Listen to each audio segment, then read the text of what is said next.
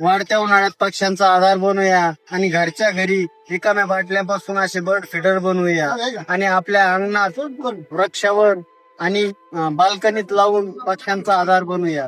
आपण हे सुद्धा असे बर्ड फीडर नक्कीच बनवा. खूप सोपी पद्धत आहे आणि मी व्हिडिओ मध्ये याच्यावाला सविस्तर व्हिडिओ बनवला आहे. तो व्हिडिओ शेवटपर्यंत बघा आणि असे बर्ड फीडर बनवण्याचा नक्की प्रयत्न करा आणि पक्ष्यांसाठी होईल तेवढी मदत तुम्ही तुमच्या परिसरात करा. नमस्कार मित्रांनो, आज आपण बघणार आहोत पक्ष्यांसाठी खाण्यासाठी दाणे ठेवण्यासाठी एक सुंदर असा नवीन प्रोजेक्ट आपण तयार करत आहोत.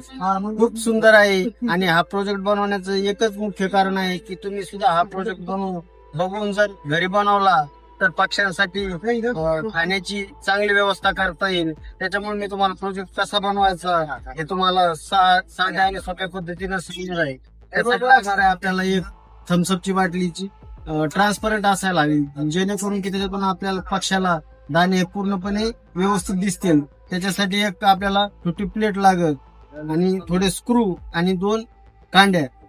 ही प्लेट आपल्याला याला अशी खालून फिट करायची आहे आणि हे स्क्रू जे आहेत आपण हे त्याला असे खालून मारतुलनी फिट करून देणार आहे.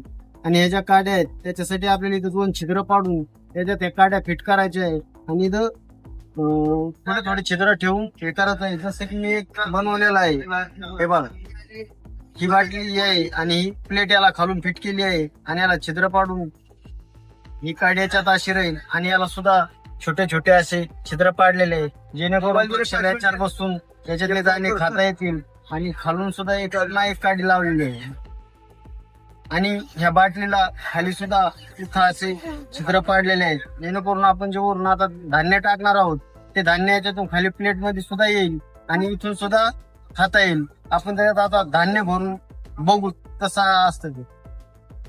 या असं हे होईल आणि याला आपण आता एक तार बांधून याला असं वर लटकून ठेवणार आहे. आणि हे करण्यासाठी सगळ्या मित्रांचे धन्यवाद, ज्यांनी मदत केली त्यांची.